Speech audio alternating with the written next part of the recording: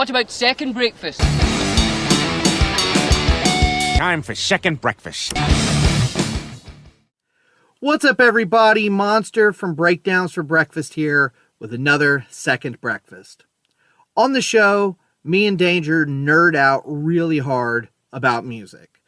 But it also comes up pretty frequently that I'm a pretty big nerd about horror movies as well. I even did a second breakfast about all my favorite Universal Monster movies. There's one more thing that I'm a little bit of a nerd about, aside from music and horror. That's video games. Now, it doesn't really come up very often on the show. Every once in a while we'll mention something that has sort of a video game feel or something like that. But horror kind of seems to come up pretty organically on a regular basis.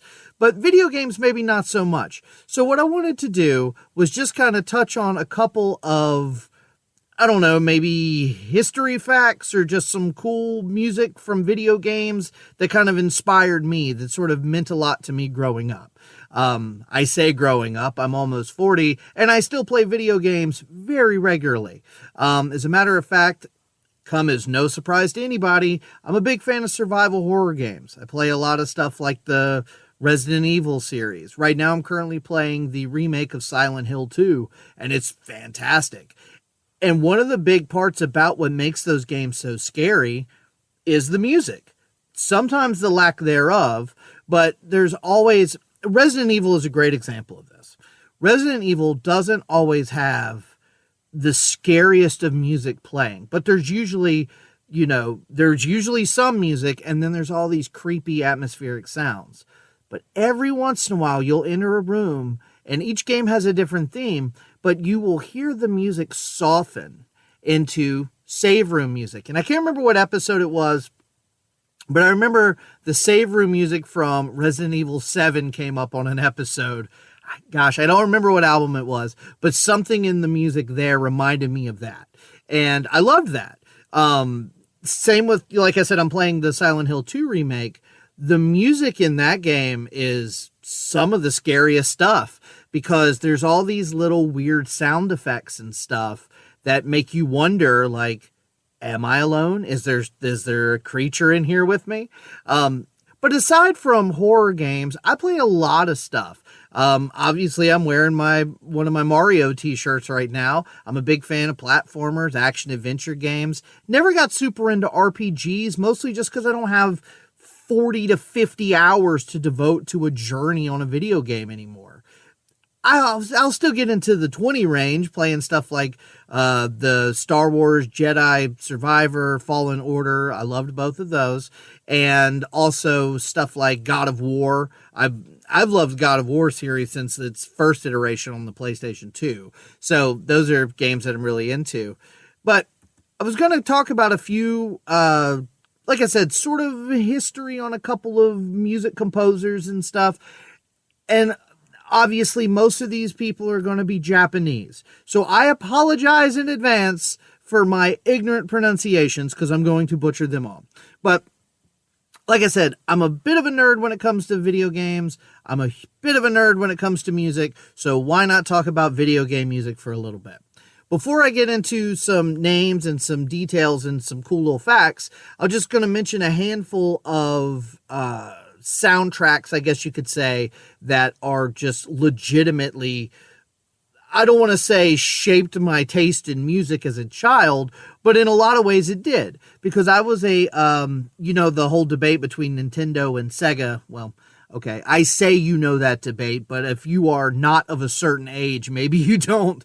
But for us in our 30s and 40s, yeah, it was a big deal. Do you stick with Nintendo consoles or do you stick with Sega consoles? And me growing up, we had a Nintendo, but then when Super Nintendo and Sega Genesis came out, we went to the Sega Genesis and tried to continue that all the way up until the Sega Saturn days, which that was a bad idea. I was one of the, 9 people in America that had a Sega Saturn. But anyway, so the music on Sega Genesis had this very, I don't want to say industrial feel, but it had less the Super Nintendo had a warmer sound chip, whereas the Sega Genesis had this more like gnarly digital thump to its music. And so it's really funny, like a game like Doom, and I'll get into their soundtrack here in a second, because the Doom soundtrack on Sega's 32X, which was an add-on to the Sega, which was also kind of a piece of shit, but it doesn't matter. I had one, and it was great at the time. But hearing the music on that compared to the music on the Super Nintendo, they sound completely different. And then they both sound different than what they sounded like on PC. So anyway, but I loved the soundtrack, and I'll get into why. And what's really funny, because I'm rambling here, the Doom soundtrack when I was a kid had a bit of an impact on me, and I know why now. But now Doom 2016 and the more recent sequels to Doom 2016 are all done by Mick Gordon, which I have brought up Mick Gordon plenty of times on the show. He's one of my favorite guitar players, one of my favorite composers. It's really fun when I play with my hip-hop buddies because they've done songs with Mick Gordon, and I get to play some of his riffs, and that's a really good time for me. So, so that's the Doom soundtrack from way back in the 90s to now still is cool for me. But here's some cool video game music facts, trivia, just some stories maybe you didn't know. So, the first game to use a continuous background soundtrack was Space Invaders, and it was released by Taito, I think that's how you say it, Taito, in 1978, and I believe the the composer was a guy by the name of Tomohiro Nishikado. I'm so sorry. It's only going to get worse. Now, one of the most famous soundtracks, I think, of all time is the original Super Mario Brothers music, which to this day still holds up. It's some of the catchiest, most fun to listen to music. The composer there is a guy named Koji Kondo, which, I mean, he's kind of an icon when it comes to Nintendo era music. He's done pretty much the music for all the Super Mario Brother games and the Legend of Zelda games, which, again, if you're a gamer of a certain age, the do-do-do-do-do-do, immediately you think of Super Mario Brothers, and then Zelda, doom, do-do-do-do-do-doom. Like, it's just ingrained in our brains for the rest of our lives. He also did a ton of other games that were published by Nintendo. Now, what's really cool is some of my favorite music that came out in the Nintendo era was from the Castlevania series. Now, I know if you're a video gamer, you kind of know that the Castlevania series, everybody thinks 1 is great, and it is. Everybody thinks 2 sucks, and it kind of does. And then 3 is a lot like 1. It's really good again. And then if you get into the Super Nintendo, Super Castlevania 4, almost like a remake of the first, is also really good, but a little bit different. I say all that to say, when I was a kid, Castlevania 2, Simon's Quest, was rented by me from Farmore, the drugstore that I don't think exists anymore, I don't know, once a month. I never got anywhere in that game because it's obtuse and it's impossible to figure out without a guide, but the music has always stuck with me. I think out of the series, and maybe it's just the nostalgia for me, but I love the music in Castlevania 2 Simon's Quest. But Kinoyu Yamashita, she was the composer. That's right, she was the composer of the first Castlevania game. She co-composed it with another female, Satoi Terashima. What's interesting, though, is they didn't collaborate. They both created music on their own that was submitted, and that's what comprised the soundtrack.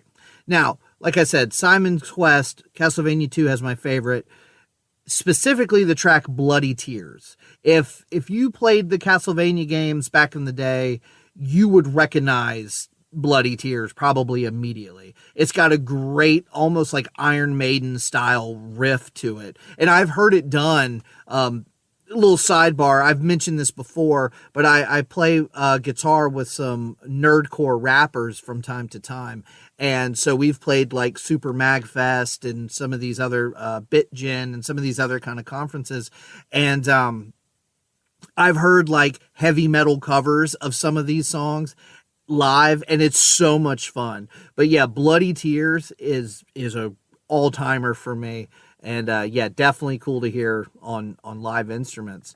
Okay, so let's talk about the Doom soundtrack a little bit more. So the original Doom soundtrack from back in the 90s was composed by a guy named Bobby Prince. And a lot of those songs, again, if you're of a certain age, really like are ingrained in your brain if you played video games back then. What's funny though is it wasn't until kind of a little bit later that people started to realize that, wait a minute, these songs sound really familiar. What he was basically doing was making 8-bit MIDI versions of Metallica songs and Slayer songs. And you can look this up on YouTube. They're not one for one. He changes things a little bit, but they have the same motifs that you can really, like, after you hear it a couple times, it's hard not to hear it. Like one of the most famous songs from the early Doom games is basically a lift of Master of Puppets, but changed just enough so, you know, it's not obvious at first. But that was when I was like, oh, okay, no wonder I like this soundtrack so much. It's heavy metal songs. And like I said, so in 2016, when Doom came out, and then the sequel to that was Doom Eternal, and then the one after that, I think, is Doom Dark Ages. I played a little bit of Eternal. I haven't played Dark Ages, but I loved Doom 2016. I played all the way through that. And Mick Gordon's soundtrack to that is not only fantastic, but I think it's culturally relevant, especially to the bands that we talk about on the show all the time. That guitar tone that Mick Gordon uses. Okay, I remember specifically we talked about it on the Silent Planet episode, but I think we talked about it on some other episodes as well, because there's a part of the Doom series has this argent material that is like what is opening the gates to hell to release the demons that the Doom Slayer has to go kick the shit out of. Yes, I'm a nerd and I love it. So they coined this term Argentcore, which is that specific brand of metalcore that really has that Mick Gordon style guitar work. Like I said, that Silent Planet record is a great example of that, but a lot of other bands have used it too. And to be honest with you, Mick Gordon's guitar tone on those soundtracks is phenomenal. A matter of fact, if you're interested, you can go to YouTube, and if you search Mick Gordon Doom 2016 or whatever, tons of stuff will pop up. And there's a really cool, I want to say it's like 2-part little thing, maybe all of 10 minutes, where he kind of shows how he composed it. And he's using all these old circuit boards and stuff to get these really weird sounds. And then, 8-string guitars tuned really low, but all these pedals and stuff. It's really fascinating. The Doom 2016 soundtrack is something you can just listen to on your own. Also giving a shout out to Mick Gordon and my buddy Omega Sparks, who's one of the nerdcore hip hop artists I play with sometimes. The song Back to Rise from the Killer Instinct soundtrack, Killer Instinct from Xbox 360, maybe. They did a song together. Look it up on YouTube. It has like over 10 million views. It's a badass song, but that's Mick Gordon composing the music, and then my really good friend Omega Sparks doing the verse and chorus on top of it. We played that at Super Magfest a couple years ago, and it was so much fun, especially when Mick Gordon then retweeted it and had a picture of me playing guitar. I about lost my shit. I was fangirling so hard. But yeah, Mick Gordon rules. Big fan. The Doom 2016 soundtrack also rules. Check it out. One more fun little thing that I thought was really cool. I want to give a shout out to one other composer. Her name is Yoko Shimamura. She is a beast. She did the music for Street Fighter 2, And then she would eventually start working with Sony and Square Enix in making the music for Parasite Eve and Kingdom Hearts. Now, I'm not the biggest fan of RPG games, like I said, but Street Fighter II has some of the best music in video game history, and Kingdom Hearts and all that stuff also has really good music. Another guy that I really like, especially being a Sega Genesis kid, is a guy by the name of Yuzo Koshiro. He did The Legend of Oasis for Sega Saturn and the Streets of Rage series. Now, again, beat 'em ups were a lot of fun. They still are, but, again, Sega Genesis, Super Nintendo. Super Nintendo had Final Fight by Capcom, and then Sega Genesis got the Streets of Rage series. Now, again, I was a Sega Genesis kid, so I had all three. I played all three of the Streets of Rage games all the time. And the music on that was fantastic. It had this 90s dance, but because of that sound chip, it had this extra industrial thing happening. And again, I think that's why at that time I was so into bands like Gravity Kills and KMFDM and early Fear Factory, because it had that little bit of industrial underneath the 8-bit or 16-bit, Sega Genesis sound there.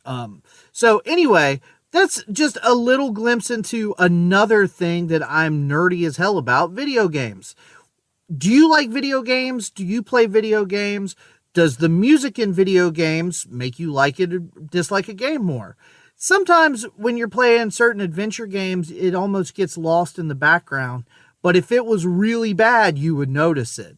It's funny how that works. But anyway, I love all kinds of music, including video game music. And I'd love to hear from you guys. Is there a particular video game soundtrack you really dig? Or am I crazy to put this much effort into video game music? I don't know, maybe. But like I said, let me know. Chime in. I love hearing feedback. And I hope you have a great day.